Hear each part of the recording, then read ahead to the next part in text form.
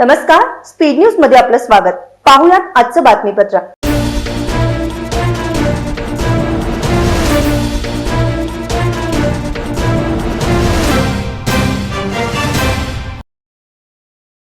फलटणमध्ये पुणे ग्रामीण पोलिसांच्या पथकावर नोव्हेंबर 2020 मध्ये पिस्टलने गोळीबार करून पळून गेलेल्या दोघा कुख्यात गुन्हेगारांना कोल्हापूरच्या स्थानिक गुन्हे शाखेच्या पथकाने अटक केली आहे। आरोपी अप्पा उर्फ सुभाष माने आणि पप्पू उर्फ सुहास किसन सोनवलकर अशी त्यांची नावे आहेत।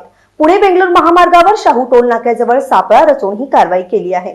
त्यांच्या ताब्यातून 2 पिस्टल, 20 जिवंत काडतुसे, 3 मॅंगनीज, मोबाईल, मोटरसायकल असा सुमारे 1,67,745 किमतीचा मुद्देमाल जप्त केला गेला आहे।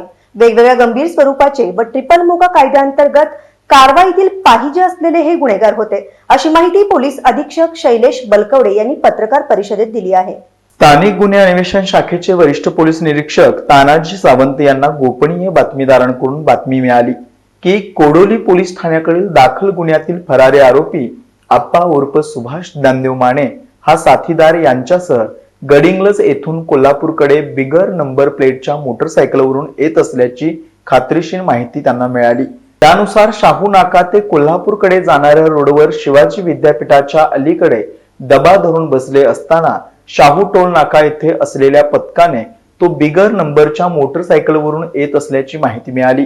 पोलीस निरीक्षक तानाजी सावंत यांनी मोटरसायकलवर पुढे बसलेला अप्पा उर्फ सुभाष माने हाच असल्याची खात्री होताच ती गाडी अडवली। आरोपीने गाडी थांबवली, परंतु त्याला पोलीस असल्याचा संशय येतात गाडी पुन्हा सुरू करून पळून जाण्याच्या प्रयत्नात असताना त्याच्यावर पथकातील कर्मचाऱ्यांनी झडप मारून त्याच्यासह साथीदारास पकडले। त्यांची अंगझडती घेतली असता दोघांच्या कमरेला राऊंड सह लोड असलेल्या प्रत्येकी 1 पिस्टल तसेच 6 राऊंड भरलेली 1 मॅगझीन व अप्पा यांच्या खिशामध्ये 5 राऊंड असे 2 पिस्टल, 20 जिवंत काडतुसे, 3 मॅगझीन, मोबाईल, मोटरसायकल असा सुमारे 1,67,745 रुपये किमतीचा मुद्देमाल जप्त केला।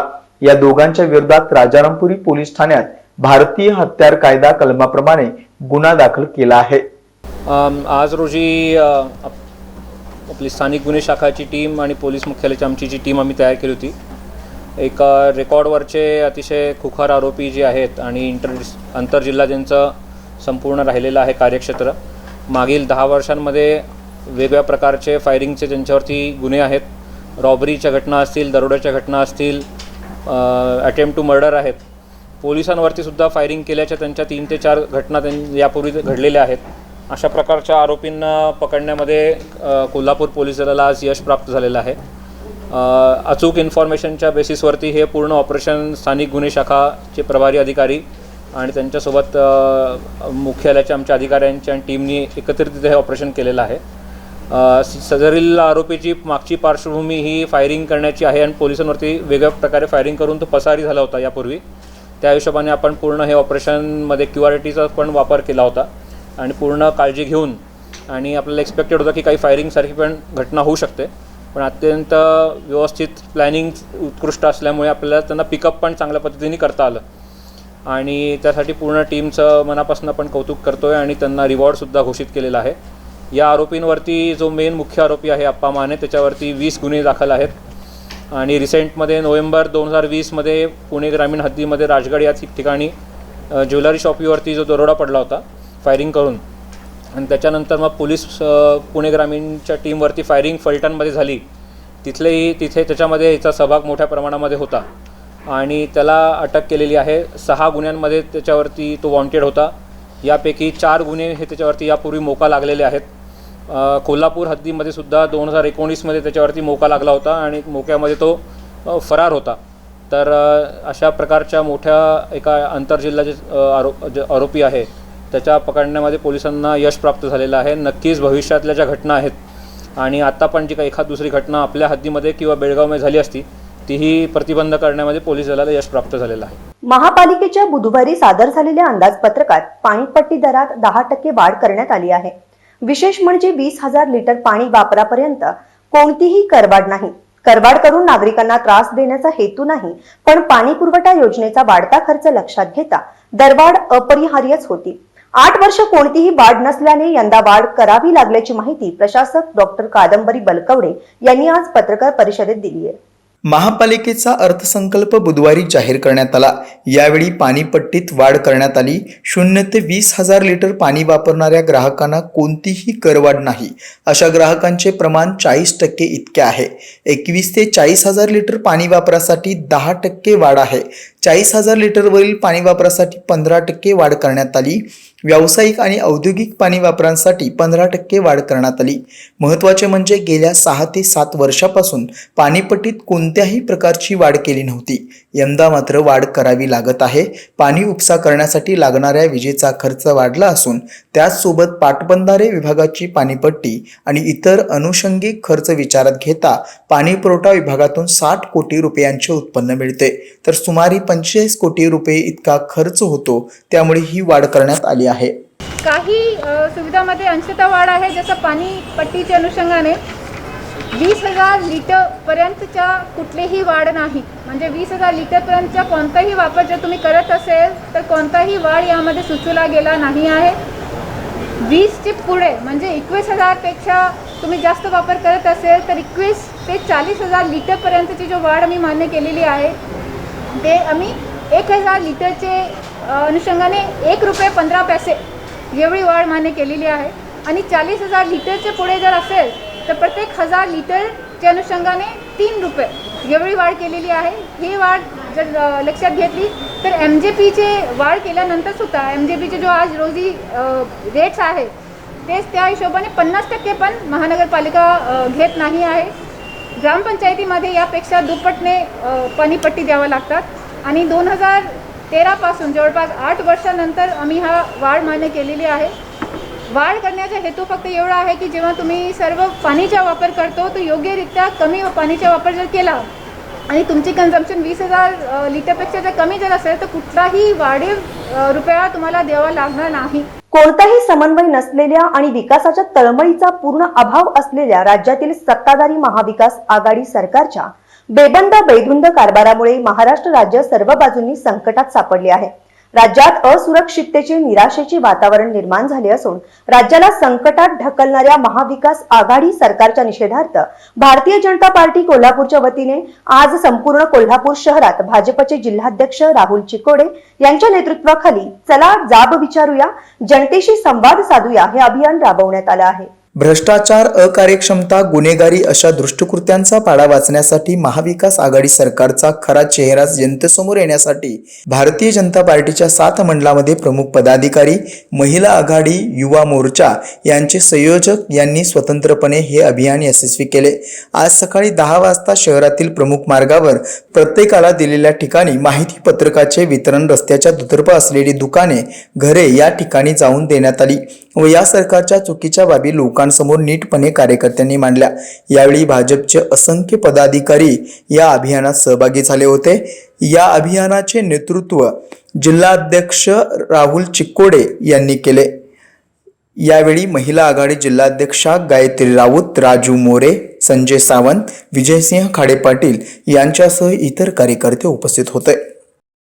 मी राहुल चिकोडे, भारतीय जनता पार्टीचा जिल्हाध्यक्ष. गेले 13 महिने महाराष्ट्रामध्ये महाविकास आघाडी सरकार आहे. हे 3 पक्ष मिळून सरकार चालवत आहे, यांच्यात कुठलाही ताळमेळ नाही. म्हणून आज कोल्हापूर भारतीय जनता पार्टीच्या वतीनं एक पत्रक काढून हे सरकार कशा पद्धतीनं अकार्यक्षम आहे, भ्रष्टाचारी आहे, भानगडी आहे, बलात्कारी आहे. कोरोना काळात त्यांना नीट काम करता आलेलं नाही. गोरगरिबांची वीज कनेक्शन तोडणं असेल, शेतकऱ्यांना कर्जमाफीचा विषय असेल किंवा प्रोत्साहन अनुदान देणं असेल, या सर्व बाबतीत हे सरकार अपयशी ठरलेलं आहे. आणि आज म्हणून भारतीय जनता पार्टीच्या वतीनं सर्व मंडळामध्ये, सर्व आघाडी मोर्चेच्या वतीनं कोल्हापूर शहरामध्ये 20 ठिकाणी 20 प्रमुख रोडवर दुतर्फा भारतीय जनता पार्टीच्या कार्यकर्त्यांनी जाऊन जनतेशी आज संवाद साधला. जनतेच्या मनातला रोष सुद्धा या निमित्तानं बाहेर पडला. महाराष्ट्रात अनेक प्रश्नावर मुख्यमंत्री उद्धव ठाकरे यांच्यासह त्यांच्या कुटुंबियांवर भाजप सातत्याने विखारी टीका करत असून सरकार अस्थिर करण्याची आणि बदनाम करण्याची एकही संधी सोडत नाही. अशा परिस्थितीत गोकुळमध्ये भाजपच्या मांडीला मांडी लावून शाहूवाडी तालुक्यातील शिवसेना कशी बसणार अशी विचारणा गोकुळ दूध संघातील विरोधी राजश्री शाहू आघाडीचे नेते ग्रामविकास मंत्री हसन मुश्रीफ यांनी केली आहे. गोकुळमध्ये याआधी सत्यजित पाटील यांनी विरोधी राजश्री शाहू आघाडीस पाठिंबा दिला आहे. यानंतर आमदार विनय कोरे यांनीही याच आघाडीला पाठिंबा दिल्याने सरुडकर गटाकडून प्रतिक्रिया उमटली आहे. कोरे गटाकडून पन्हाळ्यातून अमर पाटील तर काँग्रेसकडून शाहूवाडीतून कर्णसिंह गायकवाड यांना संधी मिळण्याची शक्यता आहे. हे दोन्ही उमेदवार विधानसभेला कोरे यांच्यासोबत राहतात. त्यामुळे गोकुळची ताकद मिळाल्यास आपल्या अडचणी वाढतील असे सरुडकर गटाला वाटते. यावरून धुसफूस सुरू आहे. या आघाडीत राहायचे की नाही याचा फेरविचार करावा असा दबाव शिवसेनेच्या कार्यकर्त्यांचा आहे. त्या पार्श्वभूमीवर मुश्रीफ यांनी हे स्पष्टीकरण केले आहे. महापालिका निवडणूक लांबली तसा पक्षाच्या पदाधिकाऱ्यांचा उत्साहही कमी झाला. आता तारीख कधी जाहीर होते याकडे सर्वांचं लक्ष लागलं आहे. मात्र राष्ट्रीय पातळीवर सुरू असणारी तयारी सध्या थंड असून नेते आणि पदाधिकाऱ्यांनी अल्प काळासाठी विश्रांती घेतली आहे.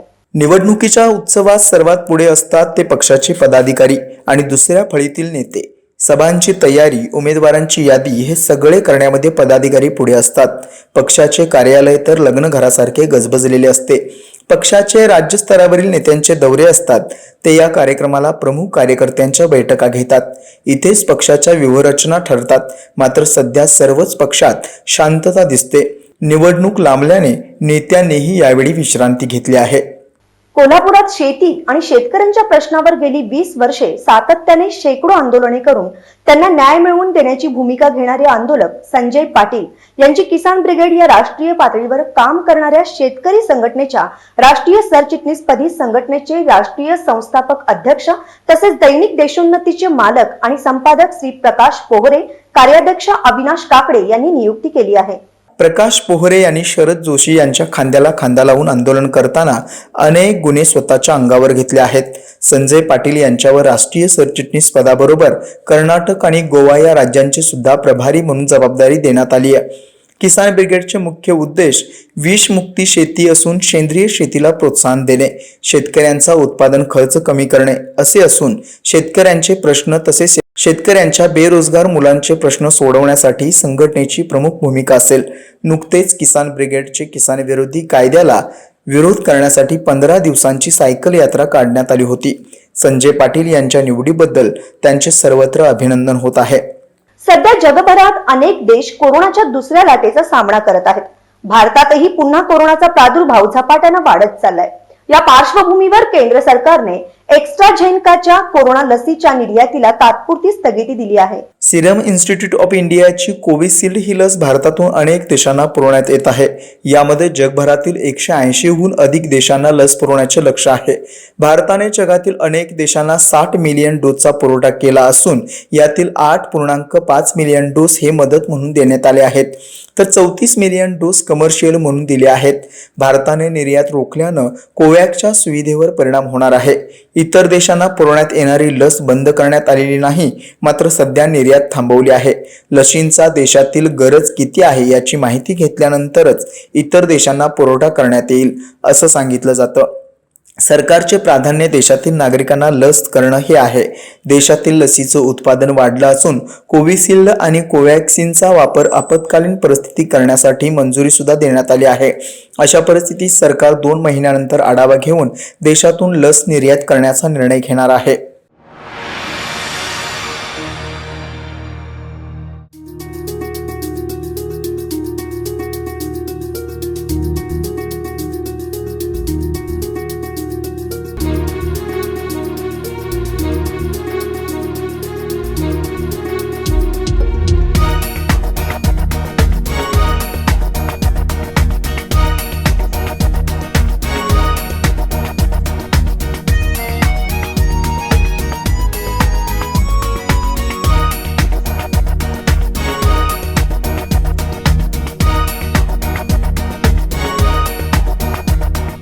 गृहमंत्री अनिल देशमुख यांच्यावर केलेल्या आरोपांची चौकशी करण्याचा निर्णय महाविकास आघाडी सरकारने घेतला आहे. या चौकशीसाठी राज्य सरकार चौकशी आयोग नेमणार आहे. यासाठी राज्यातील महाविकास आघाडी सरकार निवृत्त न्यायमूर्तींमार्फत चौकशी होणार आहे. माझी चौकशी करा, दूध का दूध पाणी का पाणी होऊन जाऊ दे, असं गृहमंत्री देशमुख यांनी ट्विट करताना म्हटलंय. उद्योगपती मुकेश अंबानी यांच्या घराबाहेर एक गाडी आणि त्यात स्फोटक सापडली. त्यानंतर राज्यातील राजकीय वातावरण ढवळून निघाले. या प्रकरणी सचिन वाजे यांना अटक झाली, तर दुसरीकडे मुंबई पोलीस आयुक्त पदावरून परमवीर सिंग यांची उचलबांगडी झाली. परमवीर सिंग यांची बदली झाल्यावर नाराज परमवीर सिंग यांनी थेट मुख्यमंत्री आणि राज्यपालांना पत्र लिहिले. गृहमंत्र्यांनी सचिन वाजे यांना 100 कोटींचे टार्गेट दिल्याचा गंभीर आरोप यांनी केला आहे. मुख्यमंत्री महोदय परमवीर सिंग यांनी माझ्यावर जे आरोप केलेत त्याबद्दल चौकशी लावून दूध का दूध पाणी का पाणी करावे अशी मागणी अनिल देशमुख यांनी केली आहे. चौकशी लावली तर मी त्याचे स्वागत करीन, सत्यमेव जयते असे ट्विट अनिल देशमुख यांनी केले आहे. कोरोनाचा प्रादुर्भाव पाहता विद्यार्थ्यांच्या सुरक्षिततेसाठी एप्रिल महिन्यात ऑफलाईन पद्धतीने परीक्षा देणाऱ्या 10वी आणि 12वीच्या सर्व विद्यार्थ्यांचे कोरोना लसीकरण करावे अशी मागणी शिवसेनेकडून लोकसभेत करण्यात आली आहे. गेल्या काही दिवसांपासून कोरोना विषाणू संसर्गाचा प्रादुर्भाव मोठ्या प्रमाणात वाढताना दिसत आहे, तर दुसरीकडे कोरोना लसीकरणाचा दुसरा टप्पाही देशभरात सुरू आहे. या पार्श्वभूमीवर महाराष्ट्रातील 10वी आणि 12वीच्या परीक्षा ऑफलाईन पद्धतीनेच होणार असल्याचे शिक्षण मंत्री वर्षा गायकवाड यांनी स्पष्ट केले. हा मुद्दा शिवसेनेच्या वतीनं लोकसभेत मांडण्यात आला असून एप्रिल महिन्यात ऑफलाईन पद्धतीने परीक्षा देणाऱ्या 10वी आणि 12वीच्या सर्व विद्यार्थ्यांचे कोरोना लसीकरण करावे अशी मागणी शिवसेनेकडून लोकसभेत करण्यात आली आहे. आज अमलकी एकादशी असल्याने श्री विठ्ठलास पांढरे वस्त्र परिधान केले असून रुक्मिणी मातेस चॉकलेटी रंगाच्या सिल्क साडीचा पोशाख केल्याने विठ्ठल रुक्माईचे रूप अधिकच खुलून दिसत होतं. श्री विठ्ठल आणि रुक्मिणी मातेचा गाभारा तसेच सोळखांबी, सभामंडप अशा मंदिराच्या विविध भागांना देखील द्राक्षांची सजावट करण्यात आली होती. द्राक्षांची सजावट आणि शेवंती, बिजली, गुलाब, जरबेरा, केळी अशा फळाफुलांचा वापर करून सजावट करण्यात आल्यानं विठ्ठल मंदिर अधिकच आकर्षक दिसून येत होतं. देशभरात कोरोनाची साथ पुन्हा एकदा झपाट्याने वाढू लागली आहे. काल दिवसभरात तब्बल 55,000 नवीन कोरोना रुग्ण आढळून आल्याने सरकारी यंत्रणा सतर्क झाल्या आहेत. जर पुन्हा लॉकडाऊन झाले तर अर्थव्यवस्था संकटात सापडेल या भीतीपोटी गुंतवणूकदारांनी गुरुवारी विक्रीचा सपाटा लावला आहे. सलग दुसऱ्या दिवशी सेनेक्स आणि निफ्टीत मोठी घसरण झाली. आजच्या सकाळच्या सत्रात झालेल्या पडझडीत गुंतवणूकदारांचे 1 लाख कोटींचे नुकसान झाले. कोरोना रुग्णसंख्या झपाट्याने वाढू लागल्याने काही जिल्ह्यांमध्ये आणि शहरांमध्ये लॉकडाऊन घोषित करण्यात आला आहे. सरसकट लॉकडाऊनचे संकट गडद बनल्याने बाजारात दबाव निर्माण झाला होता. कालपासून बाजारात चौफेर गुंतवणुकीचा सपाटा सुरू आहे. भारत आणि पाकिस्तानमधील राजकीय संबंध बिघडल्यानंतर बंद झालेले क्रिकेट सामने पुन्हा सुरू होण्याची चिन्हे आहेत. भारत आणि पाकिस्तानमधील सामन्यांची जगभरात उत्सुकता असते. आता पाकिस्तानात क्रिकेट बोर्डाने यासाठी पुढाकार घेतला असून वरिष्ठ अधिकाऱ्यांशी चर्चा सुरू केली आहे. पीसीबीने दिलेल्या प्रस्तावानुसार 3 T20 सामने होण्याची शक्यता आहे. जवळजवळ 10 वर्षापासून भारत आणि पाकिस्तान यांच्यात क्रिकेट सामने झाले नाहीत.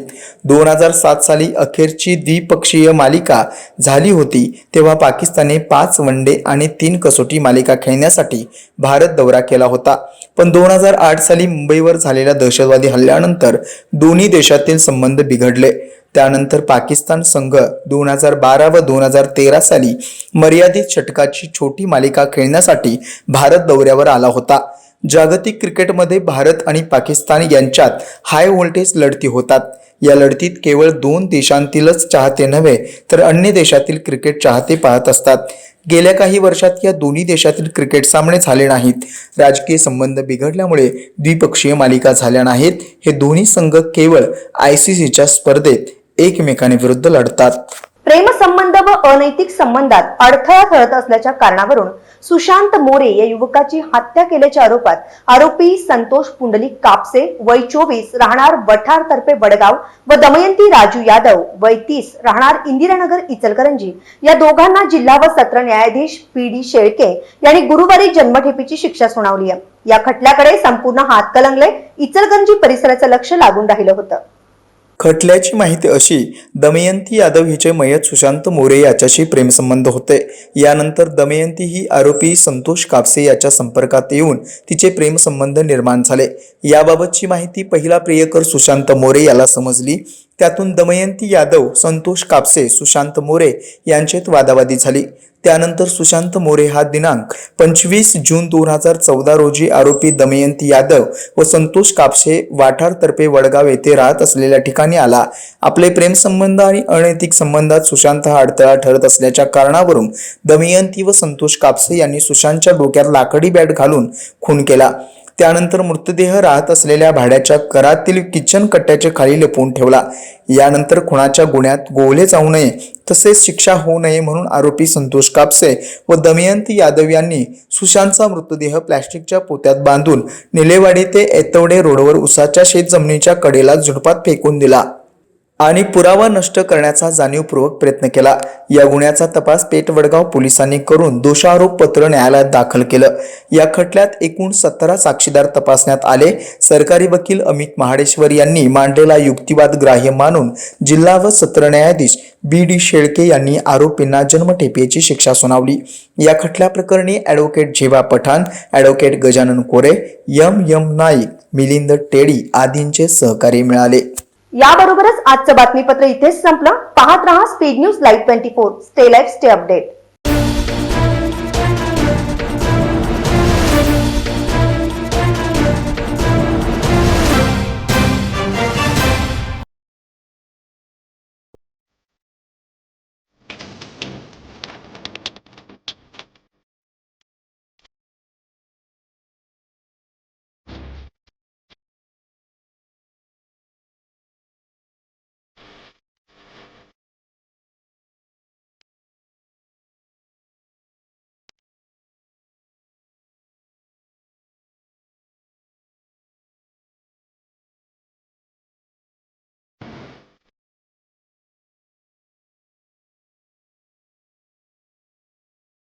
तर अशाच ताज्या अपडेट्ससाठी स्पीड न्यूज लाईव्ह 24 चॅनेलला सबस्क्राईब करा आणि बेल आयकॉनवर प्रेस करा.